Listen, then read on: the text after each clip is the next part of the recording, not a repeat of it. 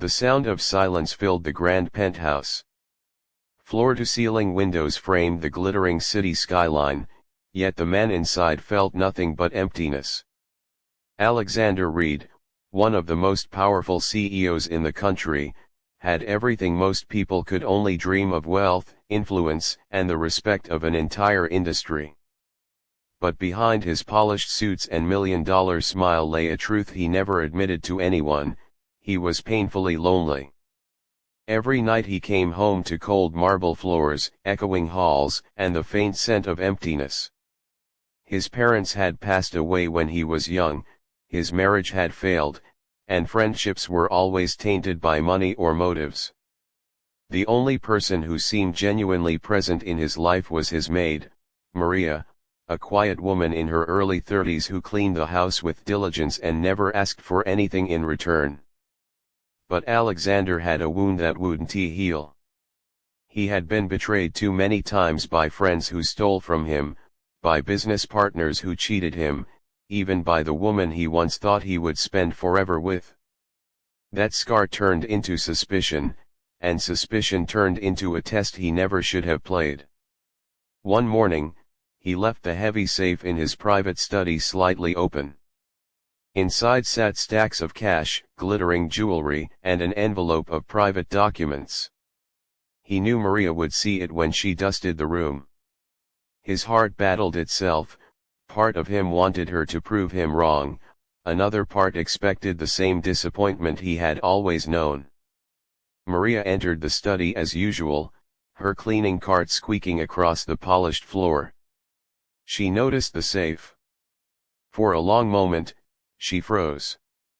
Alexander, watching silently from the hidden camera he had installed, leaned forward, his chest tight. Would she steal? Would she betray him?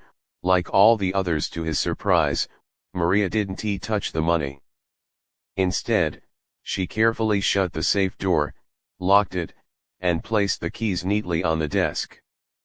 Then, she did something Alexander never expected. She took out a small folded piece of paper from her apron pocket and slipped it under the desk blotter, where she thought no one would see.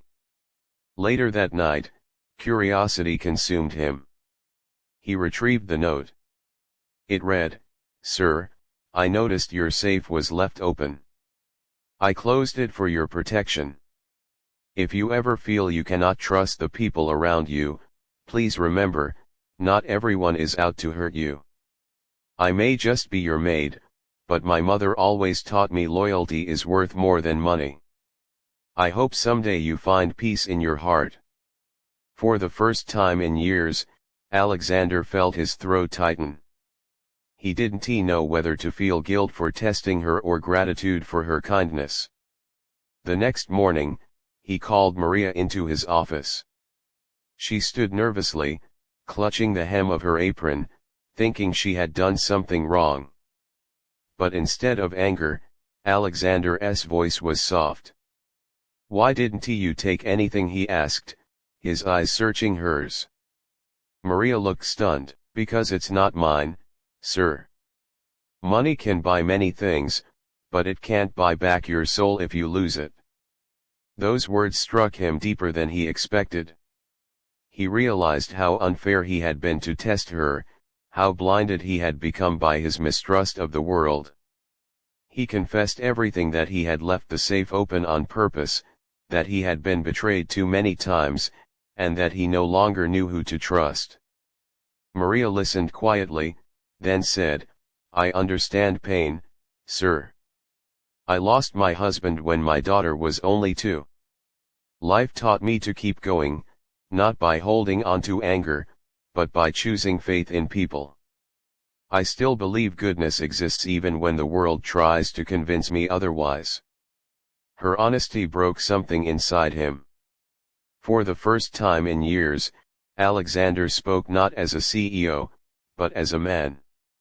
He told her about the nights he spent staring at the city lights, wondering if anyone would ever truly care for him without wanting his money.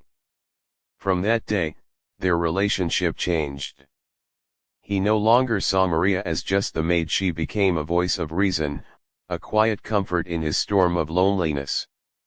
He supported her daughter's education, not out of pity, but because he genuinely wanted to invest in someone who had shown him what loyalty looked like.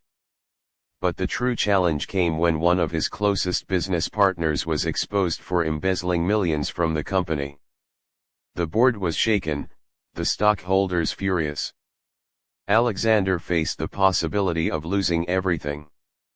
For the first time, he didn't run to lawyers or financial advisors, he went to Maria. "Why do you trust me when I've been so suspicious of everyone?" he asked her one evening. Maria smiled gently. "Because trust has to start somewhere. If you never give it, you'll never receive it. Maybe you've lost money, but don't lose your heart too." Her words carried him through the crisis. He rebuilt his company with honesty, cutting ties with those who betrayed him. Slowly, he also rebuilt his ability to trust. Years later, Alexander was no longer just the lonely CEO in the penthouse.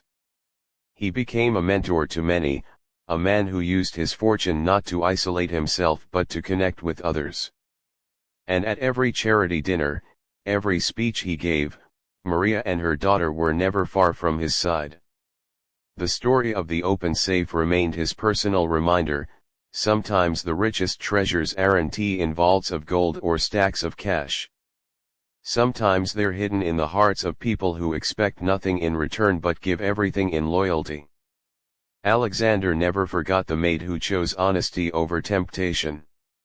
And because of her, the man who once trusted no one learned the most valuable lesson of all, that true wealth is not measured in money, but in faith, kindness, and the courage to trust again.